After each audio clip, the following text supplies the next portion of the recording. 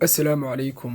sawirradan iyo muuqaaladan aad arkayso ha la yaabin, waa dad samaystay dibkii eyga kadib markii ay dadnimadii waxba iskaga garan waayeen ee ay nolosha macaankeeda iyo macnaheeda u maleeyeen dhanka iida inay ku jirto. yacni insaannimadu inaanay macno lahayn ee macaankiiyo dhadhanka noloshuba ay dhanka iida ku jiraan. acuudu billaahi min ashaydaani alrajiim. walaqad karramnaa banii aadam. ilaahay subxaana watacaala karaamada uu inagu maamuusay waxa dayr iyo qayd ilaaliya uu ilaahay uga dhigay anshax iyo akhlaaq, qawaaniin iyo xeerar. mar kastoo xeerarkaas laga tallaabana karaamadaasi way lumaysaa, waxaana la gaadhayaa heer magaca dad, insaan, aadame uu macne samayn waayo. maanta marka horumar iyo ilbaxnimo laga sheekaynayo, markiiba waxaa niyadda ku soo dhacaya dalalka galbeedka, Maraykan, Ingiriis, Faransiis iyo kuwa yowga la midka ah.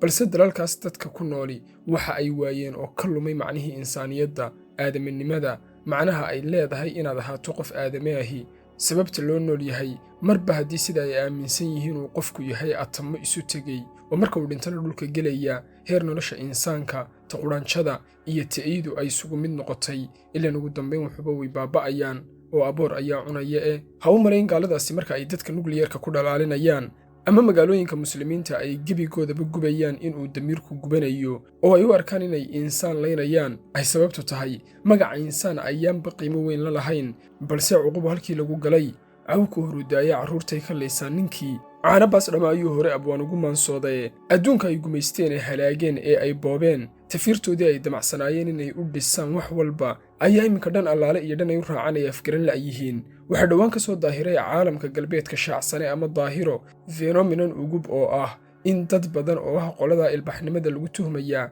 nolosha aadannimada ee uu qofku mas-uuliyadaha qaadayo ee biilasha uu bixinayo inay ka doorbidaan nolosha eyda, nolosha eynimada iyo inay ey noqdaan, sida eyda ay u dhaqmaan, meelaha eyda ay u hoydaan, cuntada eydana ay cunaan.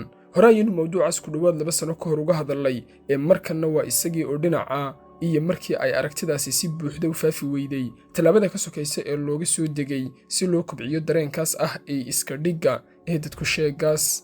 hal mar ayaa qofkii hebel ee aad la tashanaysay ee haddii aad doonto aad jeclaydba ee agtaada miisaanka ku lahaa, aad subaxa dambe u soo toosaysaa isaga oo ey haraaryoonaya ah oo kaa doonaya inaad laf u tuurto. caqligiisii, caadifaddiisii, cilmigiisii iyo calmashadiisiina dabada ka tuuray oo dharka eyda xidhay, cuntada eyda cunaya, gogasha eyda oo kalena ku seexanaya. mana aha badigoodu dad ay jaahilnimo u geysay ee qaarkood waa dhakhtarro, badigoodu jaamacado ayay ka baxeen, waana dhallinyaro lagu tabcay oo heerkan la soo gaadhsiiyey. markii ay caalamka indhaha u qaybin lahaayeenna ay noqdeen eydaas. sagaashimaadka ayay fikraddani ka soo ifbaxday dalka Ingiriiska, se dalkaas laftiisa ayaanay xataa ku faafin ee dhowr qof ayaa waxaas isku magacaabay. iminkana tiradoodu 10,000 way ka badan tahay Ingiriiska oo keliya. markiiba shirkado ganacsi ayaa soo dhex galay oo sameeyey agabka dadkaas eyda ah, dharkooda eynimada ah, cuntadooda eynimada ah, hoygooda eynimada ah. halkaasna ganacsi diiran ayaaba ka soo baxay. xataa waxaa loo sameeyey dhego iyo dib dhaqdhaqaaqaya oo eydii toos loogu ekaysiinayo. haddaba waxaanu nidhi dadkaasi ma aha jaahilnimo dad ay waxaan u geysay, waxaa ka mid a qaar qoysas hantiirayaala ka dhashay oo ladan, dad qoraayaa baa ku jira waxa qora, dhakhtarraa ku jira, mutacallimiin jaamiciyiin ah baa ku jira. laakiin waxaasoo dhammi waxba ma qabanayaan haddii halbeegga iyo miisaanku uu khalkhalo. halbeegga ah maxaa saxa maxaa qaldan, muxuu yahay aadame, qawaaniinta iyo xuduudka rabbaaniga ahi haddii ay meesha ka baxaan, waxaasoo aqoonahi waa halbacaad lagu lisay. waxay isgeeyeen suuqya ay isku gadayaan eydaasi, qiimahooduna waxa uu gaadhaya 70,000 ilaa 100,000 oo dollar. yacni adigoo maxamed ama caasho ah baa iska tegaya suuqa, ey qof ah baad soo iibsanaysaa 70 ilaa 100,000 inta u dhaxaysa, eygaas eygaagu noqonaya cuntada eydaad siinaysaa. suuqa xataa markaad maraysa intaad xadha qoorta kaga xidhaad ku xaragoonaysaa. adduunyada nin joogo maxaa aragti kuu laaban. dabaaldeg sanadle ahna Yurub badigeeda way ku qabsadaan. waxaa markii ugu dambaysay dabaaldeggaas lagu qabtay Biljamka. waxaa dadku sheegaas loo keenay tababarayaal bare sidii ay sida eyda ugu socon lahaayeen, ugu ciyi lahaayeen, uguna dhaqmi lahaayeen. waxaana lagu tartansiinayay dabaaldeggaas eyga qofka ee ugu qurxoon, eyga ugu cida wacan, eyga ugu socodka wacan iyo waxyaabaha la midkaa. xogaha la yaab kale ma hubo xogahaase, laakiin xogaha la yaab kale ee soo gaadhay intii aan baadhayay mawduucan waxaa ka mid ahaa in shacsanahaasi uu soo gaadhay carabta oo Masar iyo Sacuudiga iyo Lubnaan iyo Maqrib, Marookoba tiro 100 eyda dadkaas ah laga soo helayo.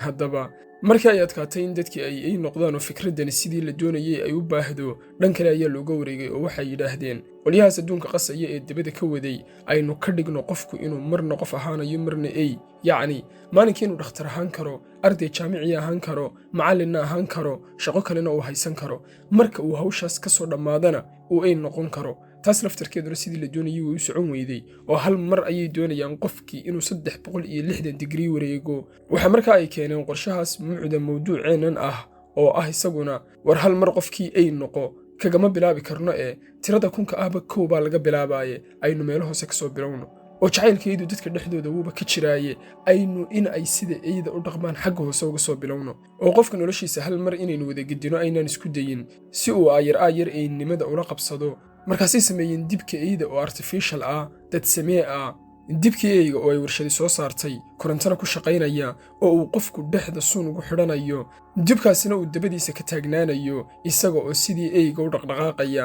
dhaqdhaqaaqiisaasna ama application mobilka ugu jira uu ku maamulayo ama uu yahay mid iswadis ama automatic yacni si qofka eynimadaas aayar maankiisa loogu qanciyo. waxaa hadda looga bilaabay dibka eyga inuu xidho, sidaasna uu ku wado oo marka uu dibka eyga ku xaragoodo moodeelka iyo xaragada ugub uu noqdo, intaas kadib kuma adkaanayso inuu eynimada xaggeeda u bato oo aadaminimada uu ka tanaasula si uu dibkaasi u noqdo moodeelna. qiimihiisa waa la jebiyey oo $10 ilaa $20 ayaa lagu helayaa.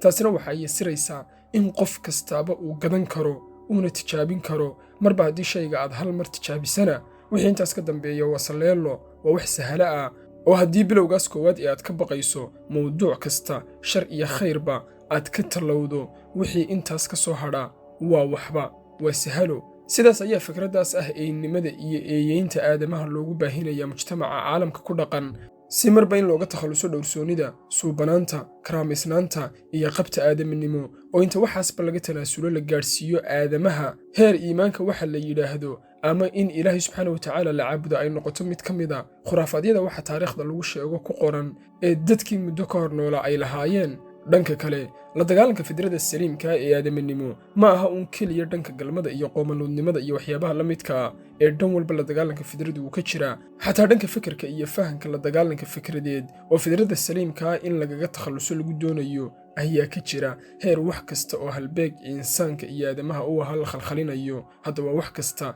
ka soo bilow labadii rukun ee jiritaanka aadamaha ee labka iyo dhadiga oo aynu ognahay maanta khalkhalintoodii halka ay marayso, iimaankii iyo caqiidadii qeexayay aadaminimada iyo insaaniyaddu waxay tahay, iyo xataa heer aadaminimadii ama insaaniyaddii ay ka mudnaatay eynimadu in qofku uu noqdo. la dagaalanka fidradu heerkaas ayuu marayaa kuma eka uun dhanka galmada.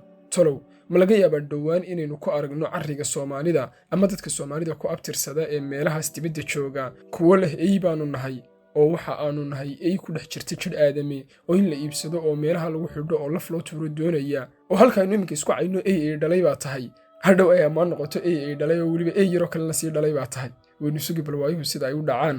wasalaamu calaykum.